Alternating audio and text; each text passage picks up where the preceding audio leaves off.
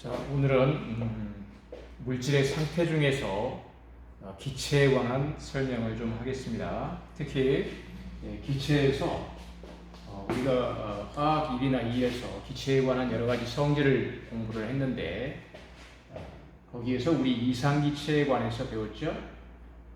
고급 화학에서는 이상기체와 실제기체의 차이에 대해서 공부하도록 하겠습니다. 우선은 기체에 관한 모든 이론의 근거가 되는 기체 분자 운동론에 대해서 잠깐 보고 넘어가도록 하죠.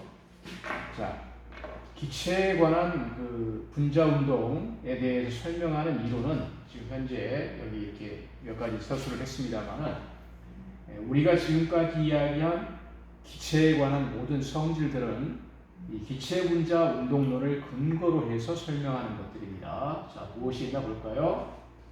첫째, 기체 분자는 끊임없이 불규칙한 직선 운동을 한다 그랬습니다. 직선 운동을 하게 되는 경우는 어떤 현상이 생길까요? 자, 어떤 용기 내에서 기체 분자가 이렇게 직선 운동을 하게 되면 그 기체를 담고 있는 용기의 벽에 가서 충돌하든가 또는 어떤 다른 기체 분자들끼리 또 이렇게 충돌하든가 이런 현상이 생길 겁니다. 어떻든 결과적으로 이렇게 기체 분자들이 계속해서 이렇게 직선 운동을 하다 보면은 용기의 벽에 가서 계속 충돌하고 이 기체를 담고 있는 용기는 이 충돌하는 기체 분자에 의해서 압력을 나타내게 되겠죠. 와서 힘을 가하게 되니까 단위 면적당 작용하는 힘이 압력이죠. 그래서 기체의 압력은 기체 분자의 운동에 의해서 나타나는 이러한 현상이다 하는 것을 이해하시면 되겠습니다. 자, 두 번째, 기체 분자들끼리 충돌한 후나 또는 기체 분자가 용기 벽에 충돌한 후에도 에너지의 손실이 없다. 자, 이러한 것을 뭐라고 이야기하냐면 완전 탄성 충돌이다 이렇게 이야기를 합니다. 일반적인 물리학에서는 어떤 물체가 다른 물체에 가서 이렇게 충돌하는 경우에는 에너지의 손실이 있어서 기체를 가지고 설명한다면 충돌 전과 후 에너지가 서로 다르다. 에너지가 일부 소비됐을 테니까요. 이렇게 이야기를 해야 될 텐데 그렇게 되다 보면 에너지의 손실이 계속 일어나게 되면 결과적으로 이 기체 분자는 에너지가 계속 감소하게 되면서 궁극적으로는 기체 분자가 운동이 멈춰야 되겠죠. 그러나 이 기체 분자 운동론에서 말하는 기체 분자의 운동은 충돌하는 경우에는 완전 탄성 충돌이라서 충돌 전과 후에 에너지의 손실이 없다고 보는 것입니다. 그렇다면 이 기체 분자는 계속해서 운동을 할 수 있겠죠. 세 번째, 기체 분자의 크기는 기체의 부피에 비하여 매우 작으므로 기체 분자의 부피는 0으로 간주한다.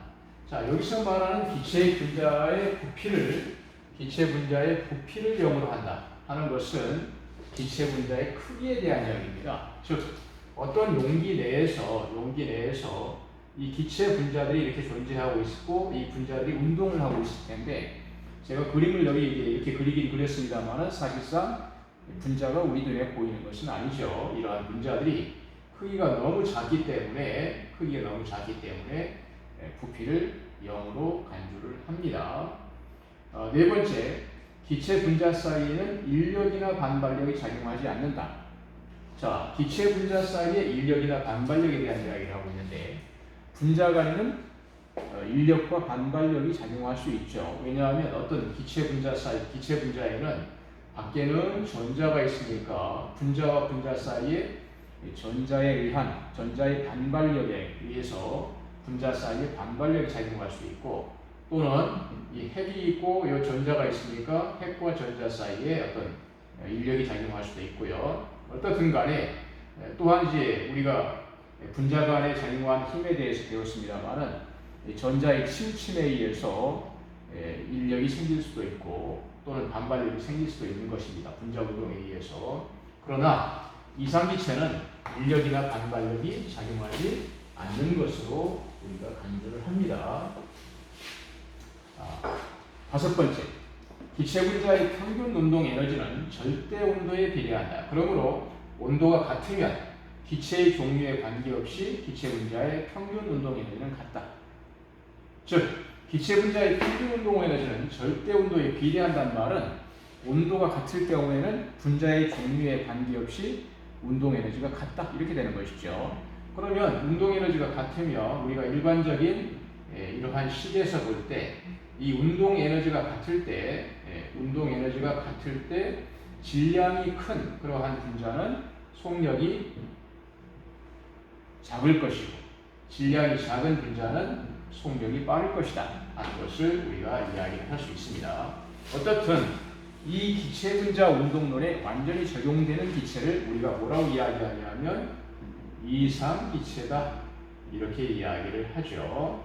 그러면 우리가 오늘 이제 배우려고 하는 것은 실제 기체의 성질에 관해서 이야기하려고 하는 것인데 이 실제 기체는 이상 기체하고는 다르겠죠. 자, 어떤 차이점이 있겠습니까? 가장 중요한 것이 우리는 이제 가장 중요한 게 이제 요 4번 항목하고 3번 항목 이제 이 부분에 초점을 맞춰서 좀 보겠습니다. 실제 기체는 분자 사이에 인력이나 반발력이 작용하죠. 그리고 사실상 기체 분자는 실제로 크기가 존재합니다. 그러나 이상 기체는 크기가 없는 것으로 간주를 하고 있죠. 그래서 여기에 이제 두 번째 여기 밑에 보시면 실제 기체와 이상 기체의 성질에 대해서 차이점에 대해서 여기 표로 나타냈습니다. 자, 여기 보시면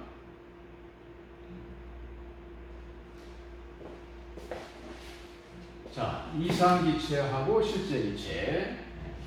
자, 분자의 크기가 이상 기체는 없다고 기체 분자 운동론에서 이야기했죠. 그러나 실제 기체는 분자의 크기가 있습니다. 분자의 질량은 이상 기체도 있고 실제 기체도 있습니다. 자, 0K에서의 부피는 이상 기체는 제로가 되는 것이죠. 자, 부피하고 절대 온도는 비례 관계가 있는데 부피하고 온도하고의 관계에서 우리가 기체의 부피가 절대 온도가 0K가 될 때는 소멸하는 것으로 제로가 되는 것으로 우리가 기체 법칙에서 이야기를 했죠.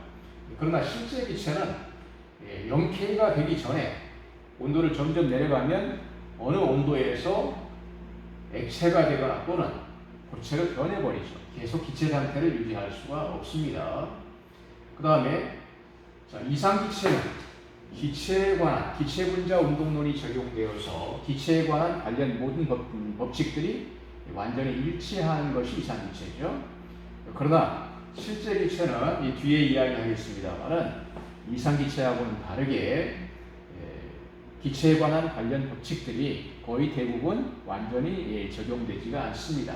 그러나 온도가 높을수록 또는 압력이 낮을수록 비슷한 경향을 나타내는 이상기체와 비슷해지는 그러한 경향을 나타내는 경우가 있습니다. 자, 중요한 것이 이상기체는 분자 사이의 인력이나 반발력이 작용하지 않는 것으로 간주를 하는데 실제 기체는 분자 사이의 반발력이나 인력이 작용을 합니다. 그래서 이러한 크기, 그다음에 인력이나 반발력에 의해서 차이가 나는 요소들에 대해서 뒤에 설명하도록 하겠습니다. 자, 그러면 우리가 여기서 한 가지 짚고 넘어가야 될 것은 자, 그렇다면 실제 기체는 어떤 때에 이상 기체하고 유사하게 작용할 수 있는가 하는 그러한 조건을 여기 적어봤습니다. 자, 첫 번째, 같은 기체에서 상황에 따라서 아까 앞에 여기 이야기했습니다만은 온도가 높을수록 그리고 압력이 낮을수록 실제 기체가 이상 기체에 유사해지는 그러한 경향이 있다라고 이야기를 할 수가 있습니다.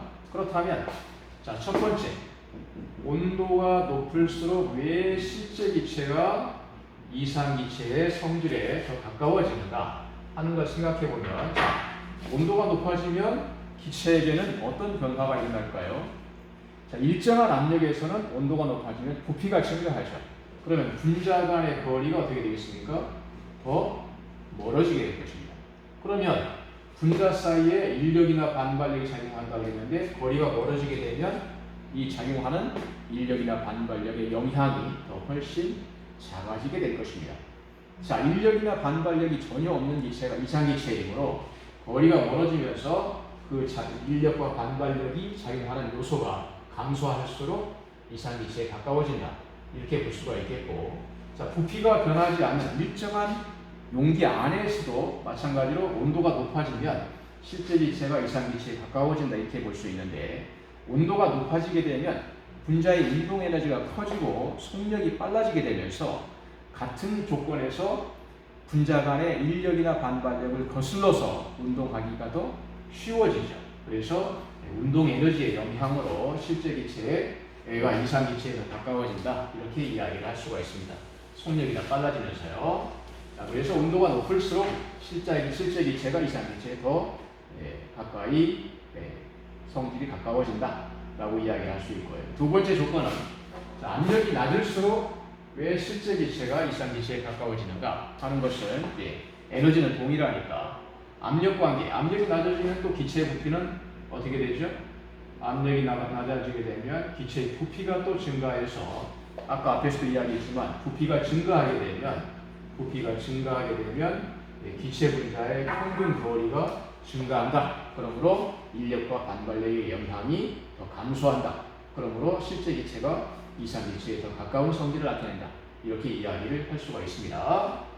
자, 이거는 이제 같은 기체라도 기체의 조건에 따라서 이야기하는 것이고, 두 번째는 이제 기체의 종류에 따라서 어떻게 되는가 하는 걸 말씀드리면, 분자 간 인력이 작은 기체일수록, 예를 들자면 H2라든가 헬륨 같은 기체하고, 예를 들어서 분자량이 아주 큰 그러한 기체하고 생각해 보시면, 수소나 헬륨은 분자량이 여러 가지 기체 분자 중에서도 분자량이 굉장히 작은 기체죠. 분자량이 2가 되고 분자량이 4가 되는데, 이러한 분자량이 작을수록 분자 간의 인력이 더 약해진다고 우리가 앞에서 화학이나 이에서 배웠죠.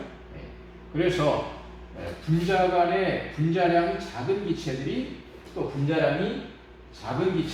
바로 이제 분자 간에 작용하는 인력이 약해지고, 그 다음에 같은 분자량이 비슷하더라도 분자 간 인력이 작은 기체이죠. 예를 들자면 HCl 이러한 극성 분자 사이의 인력보다 CH4나 C2H6와 같은 이런 HCl과 같은 극성 분자보다도 이런 분자량이 비슷하면 분자량이 작은 이러한 무극성 분자 간의 인력이 더 약하죠. 이런 기체일수록 실제 기체가 이상 기체에 더 가까워진다 하는 이러한 단계를 여러분 이해를 하시면 되겠습니다. 자, 그래서 실제 기체가 이상 기체와 얼마나 다르고 비슷한가 하는 걸 나타내는 인자가 있는데요. 그게 바로 압축 인자라고 하는 것입니다. 자, 우리 압축 인자에 대해서 알아보겠습니다. 자, 우리가 이상기체 방정식에서 PV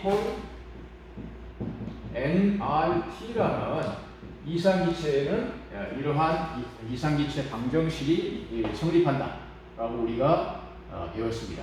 그렇다면 PV nRT라는 이 이상기체 방정식이 정확하게 성립이 된다면 nRT분의 PV는 뭐가 되어야 되냐면 1이 되어야 되겠죠. 1이 되어야 되겠죠. 자, 그래서 이 nRT분의 PV 이 값은 Z라고 놓고 이 Z를 뭐라고 이야기하냐면 압축 인자라고 합니다. 자, 이 그래프를 보니까 세로축이 압축 인자이고 가로축이 압력입니다. 그래서 이 압력에 따른 압축 인자가 어떠한 변화를 나타내는가 하는 것을 물질의 종류에 따라서 이 그래프에 나타냈는데요. 여기에서 압축 인자가 1인 경우는 무슨 기체가 되냐면 이상 기체는 압력이 변하더라도 압축 인자는 항상 1이다 이렇게 돼 있죠.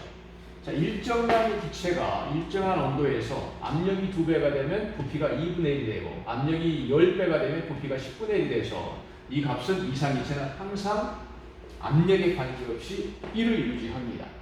자, 그런데 실제 기체는 어떻게 되는가 하는 걸 보았더니 그림상 이렇게 나타나고 있죠.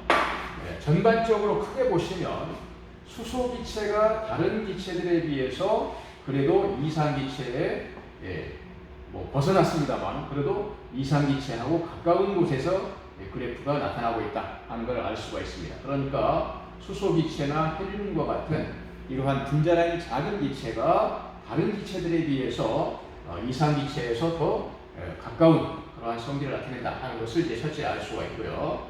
그 다음에 자, 압력에 따라서 어떤 경향이 나타내는가 하는 걸 보시면 자, 압력이 높고 압력이 낮을 때를 비교해 보면은 압력이 낮을 때는 기체 분자들이 기체의 종류에 관계없이 거의 Z가 1인 곳에서 변화를 나타내고 있다 하는 걸 알 수가 있는데 이 가까운 곳에서 근데 압력이 아주 높아지게 되면 거의 이 이산기체에서 멀어진 그러한 상황을 우리가 알 수가 있습니다. 그렇다면 자, 이거는 왜 이런 식으로 커져 있을까요? 자, 일반적으로는 압력이 높아지게 되면 압력이 10배가 되면 부피는 10분의 1이 돼서 이 값이 NRT분의 TV, 즉 압축인자는 항상 1을 나타내야 되는데 만약 압력이 10배가 됐으면 부피가 10분의 1이 돼야 될 거 아니겠습니까? 그러면 압력이 10배가 되면 부피가 10분의 1이 됐다. 그럼 여기에서 어떤 현상이 나타나는 걸까요?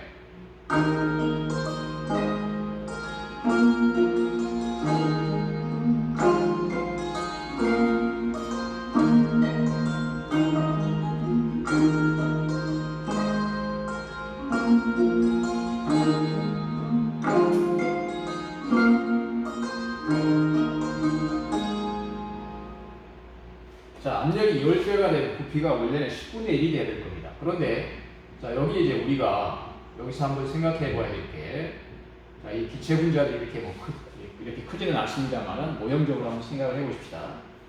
자, 압력이 10배가 됐습니다. 부피가 10분의 1이 되어야 되겠죠. 그런데 이산기체에서는 우리가 뭐라고 이야기했냐면 이 기체의 크기가 없는 것으로 이야기를 했습니다. 그런데 실제 기체는 어떻게 되죠? 기체의 크기가 존재합니다. 있습니다. 그래서 이 기체 분자들의 크기를 크기 때문에 실제로는 부피가 10분의 1이 돼야 되는데 10분의 1보다 더 큰 값을 나타내게 되면 만약 압력은 10배가 됐는데 이 값이 10분의 1보다 더 큰 값을 나타내게 되면 이 곱한 값은 원래 값보다 커지게 되겠죠. 그래서 여기 전부 다 압력이 아주 클 때는 실제 나타나야 될 부피보다 이 크기라든가 또는 반발력이라든가 이런 관계 때문에 거리가 아주 가까워지면서 이 부피가 실제 부피보다 커지게 되기 때문에 NRT분의 PV 값이 1보다 커지게 되는 그런 현상이 나타난다라고 생각하시면 되겠습니다. 그래서 앞에서도 이야기한 것처럼 압력이 낮을수록 이산기체에 가까운 그러한 성질을 나타낸다 하는 것을 생각하시면 되겠고요. 여기에 이제 온도 관계는 나오지 않았습니다만은 온도도 마찬가지로 온도가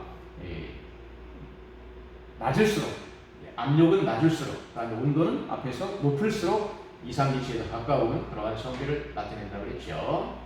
자, 그래서 자, 이산기체의 압축인자는 압력에 관계없이 항상 1을 나타내고 실제 기체의 압축인자는 이산기체와 다르다. 그러나 압력이 0에 가까워지게 되면 Z값이 다 1로 접근한다라고 이야기를 하고 있습니다. 자, 그래서 실제 기체가 이산기체에 어떻게 다른가 하는 것을 이 압축인자를 통해서 우리가 비교를 해봤습니다. 그런데 여기 우리 한 가지 좀 보고 넘어가야 될 게 여기 보시면 이 압력이 낮을 때 이 같은 압력에서 여기 보시면 이 NH3와 C2H4 그 다음에 CH4 이 세 가지 기체에 대해서 우리가 한번 확인해 보시겠습니다.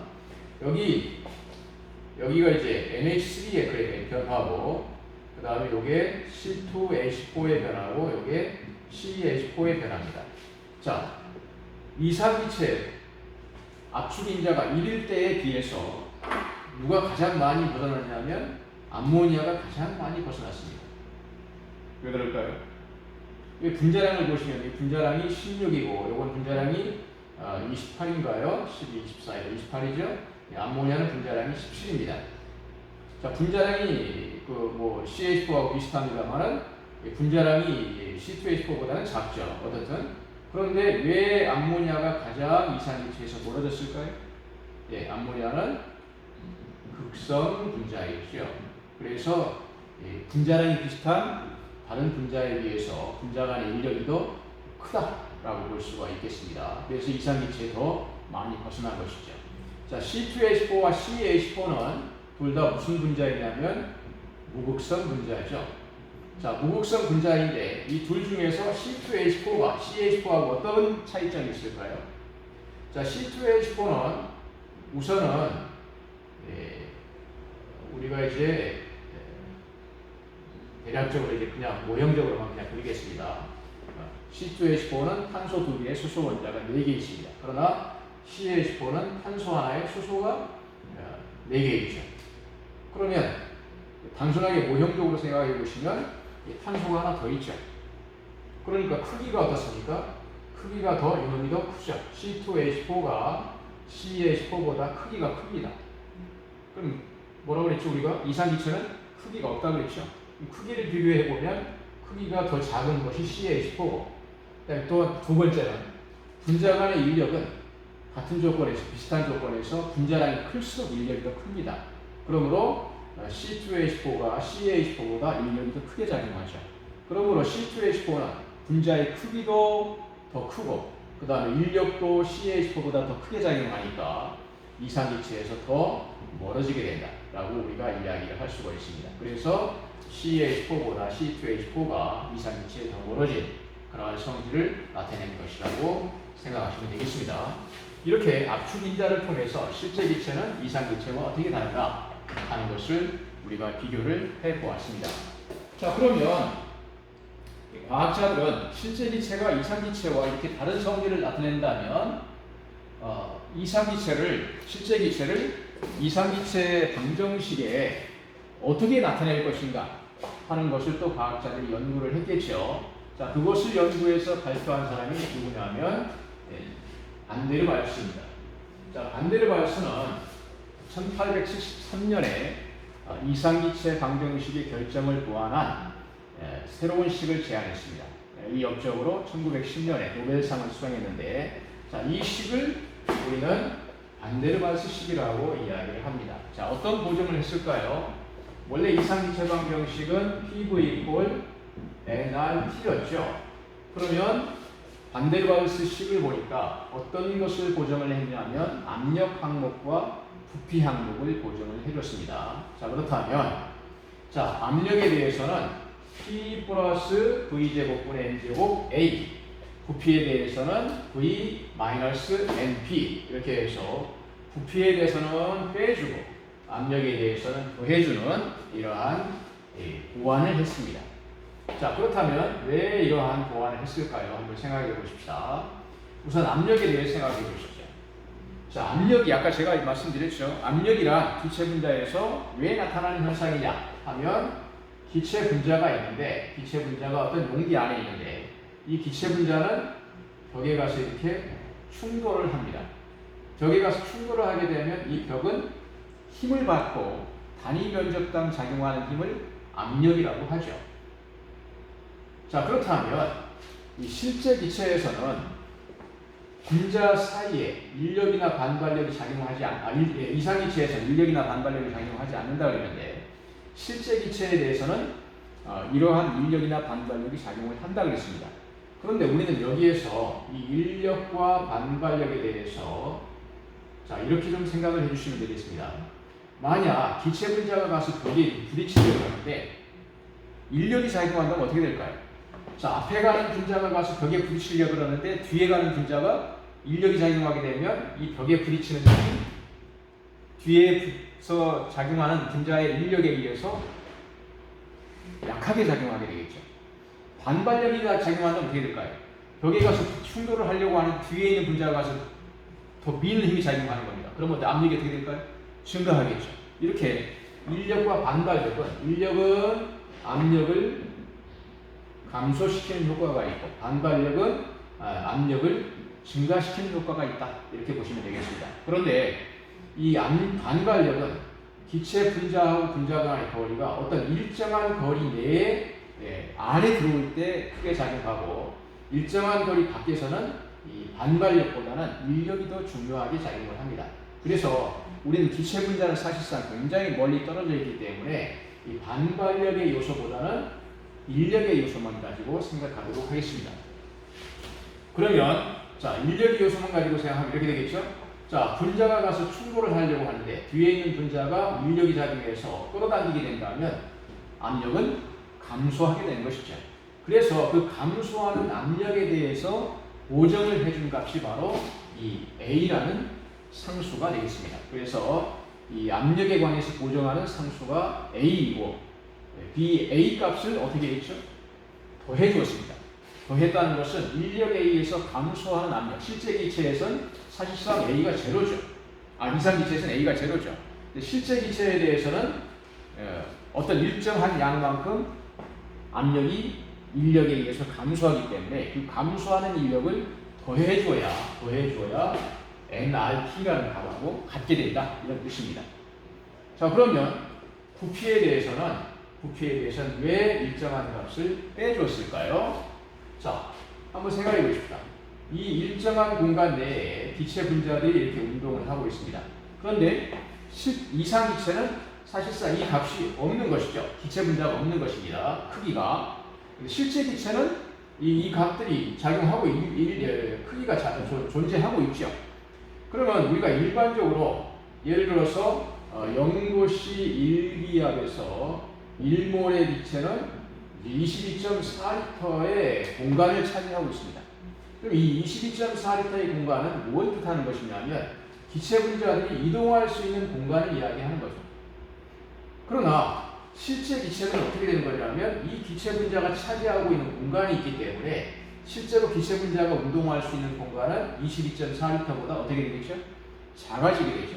그래서 이상 기체에 대해서는 기체의 크기를 없는 것으로 보기 때문에 기체 부피를 22.4리터로 했지만은 실제로 존재하는 기체들은 22.4리터의 공간을 움직일 수가 없죠.